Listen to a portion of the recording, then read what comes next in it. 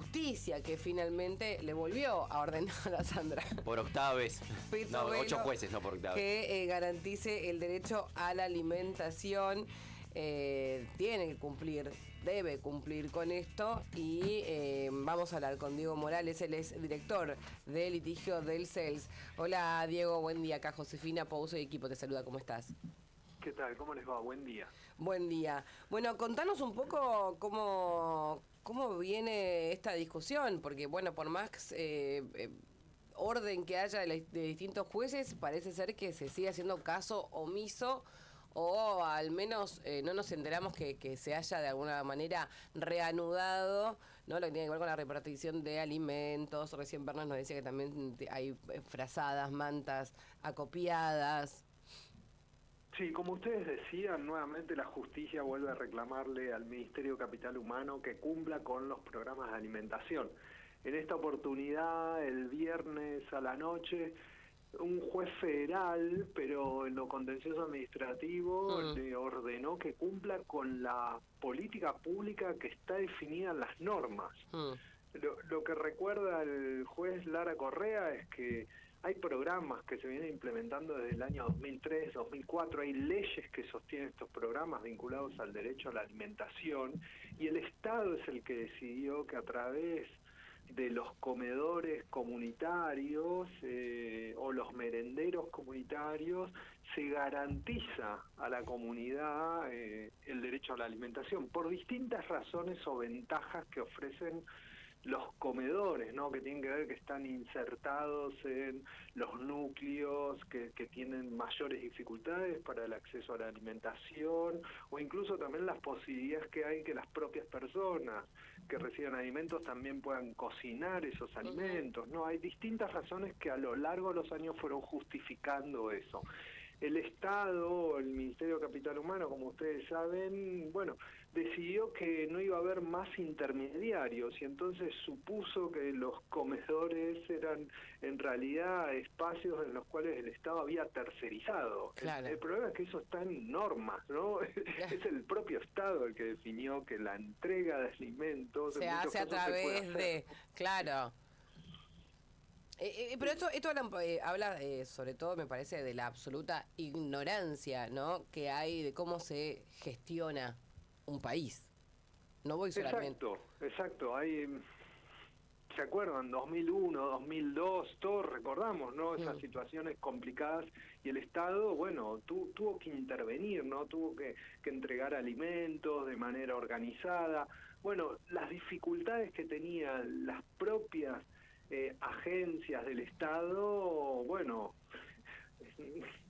tuvo la necesidad de recurrir a otros actores, como los actores sociales, las organizaciones sociales, para garantizar el acceso a esos alimentos. Que si de este organigrama, ¿no?, que estuvo funcionando hasta hace un par de meses, hay fallas, hubiese fallas o hubiese alguno que se aproveche de la situación, obviamente que se tiene que atacar sobre eso, pero no por eso uno tiene que cortar de cuajo, ¿no?, la repartición de alimentos y este derecho primordial que tenemos todos los seres humanos de poder alimentarnos, ¿no? Porque es un derecho básico. Las organizaciones tienen compromisos también de presentar la documentación, de rendir cuentas. Eso no está en discusión eso, ¿no? Sino que el gobierno lo que decidió es cortar a través de vías de hechos. Insistimos con esto porque no es que hay una normativa discutida en el Congreso o incluso un decreto, ¿no?, donde uno puede discutir, bueno... No, se bajó la palanca y se bajó la palanca, no hay ningún tipo de discusión. Exacto.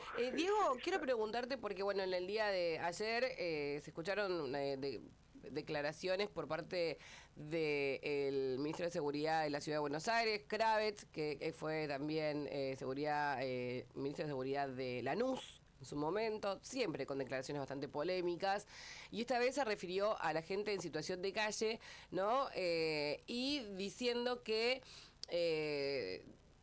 no estaba bueno que uno les diera un plato de comida caliente o les diera algo, porque de alguna manera los estábamos ayudando a sostenerse y mantenerse en ese estadio, ¿no?, de situación de calle, y no estás logrando que esa persona quiera salir adelante, ¿no? Una cosa así, dijo este señor, ¿no? Que no está bien que le demos un plato de comida. Que un vecino caliente. baje y le hacerle comida. No, Ni siquiera el Estado. No, hablando de un vecino, porque el Estado sabemos que lo que está haciendo es tirándoles agua a los espacios públicos para rajarlos y sacarlos del lugar porque molestan, ¿viste? No está lindo verlos ahí en la esquina.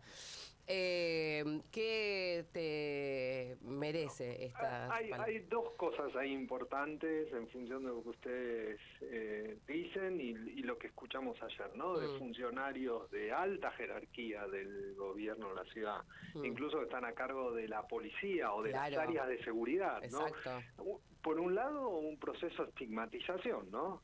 Cuidado con las personas que viven en situación de calle, ¿no? Una alerta, así como las organizaciones sociales se los acusa de ser gerente de la pobreza, las personas en situación de calle se las empieza a acusar como personas vinculadas con la inseguridad o que tienen problemas de salud mental. Sí, eso dijo también respecto a la gente que cartoneaba, ¿no? Aquellos que la salen a laburar levantando cartones, que no nos olvidemos que esas personas que levantan cartones les venden esos cartones justamente a agrupaciones sociales que sostiene el gobierno de la ciudad o los provinciales o municipales, que son los lugares de acopio de cartón donde son cooperativas. Entonces digo, señor, y escuchaba también hoy que frente a esto, ¿qué hicieron? Les bajaron el precio del cartón, de 200 mangos el kilo a 70.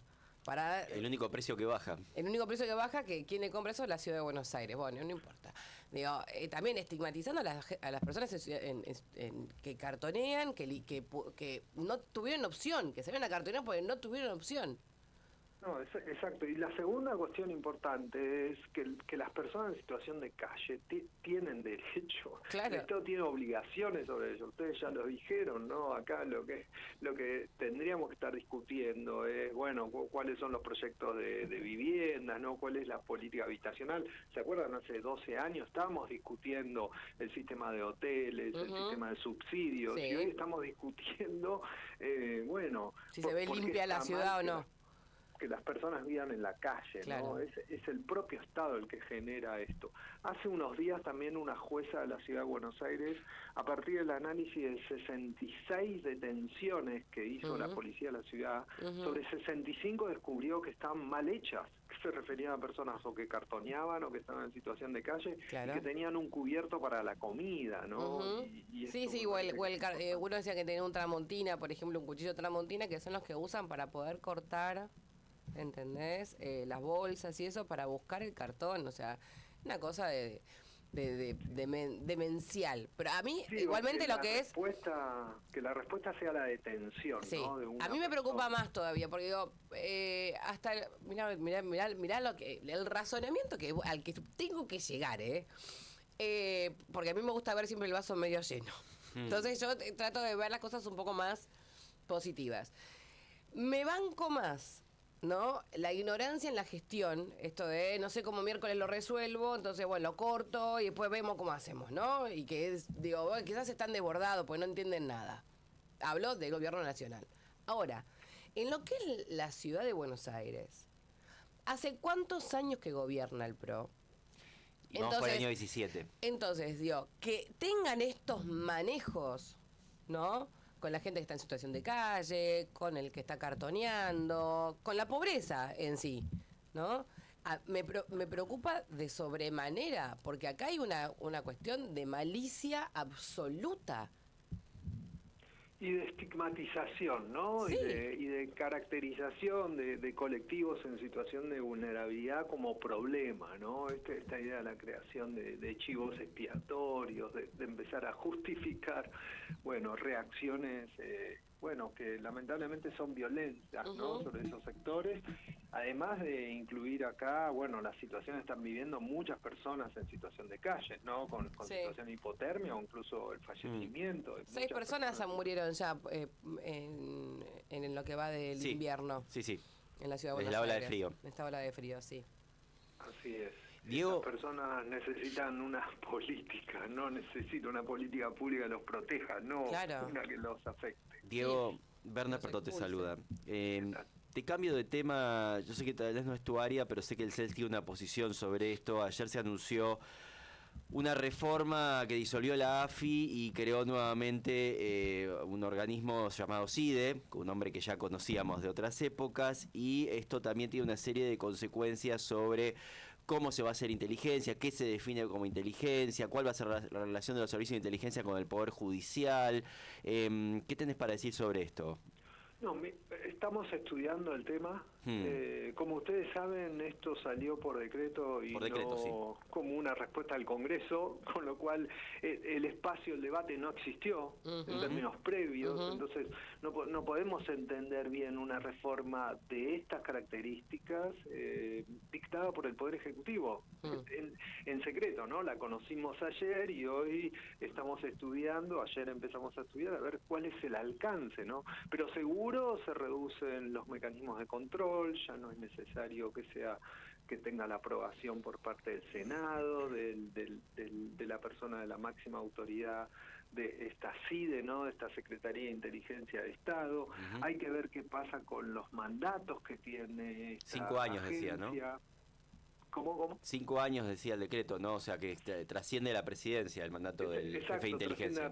La presidencia. Hay una nueva área vinculada a las cuestiones exteriores, hay otra área vinculada a las cuestiones interiores, eso cómo se maneja con la inteligencia criminal, qué pasa con las reglas que estaban en la ley o que están en la ley, como por ejemplo el acceso a la información, las obligaciones de clasificación que tiene el Estado, es decir, hay como muchas novedades que lamentablemente no se discutieron, no se explicaron. Entonces ahora tenemos que estar tanteando, ¿no? Concretamente, ¿Qué impacto van a tener? Esto que se conoció, ¿está reñido con las leyes actuales, la inteligencia, las leyes que existen hoy, el sistema legal que existe hoy? Mira, es así, está reñido, pero básicamente porque esto tiene que dictarlo el Congreso. Si hay una modificación de una ley, tiene que establecerlo el Congreso. Entonces, de vuelta tenemos el mismo problema que tuvimos con el DNU 70, de vuelta volvemos a tener los problemas que tienen los decretos de necesidad y urgencia, que no se conocen bien cuáles son las razones que implican, bueno, saltear al Congreso, ¿no? Un Congreso que está actuando, que está abierto, que no se pueden discutir distintas cosas. Bueno, vamos a seguir atentos a todo esto que está sucediendo. Es clara la falta de gestión sobre determinados temas y preocupa muchísimo porque cada vez es más la gente que está cayéndose del sistema, cada vez más gente está cayendo bajo la línea de pobreza y cada vez se requiere para esto justamente un Estado más presente y no lo estamos pudiendo ver. Gracias, Diego, por esta comunicación.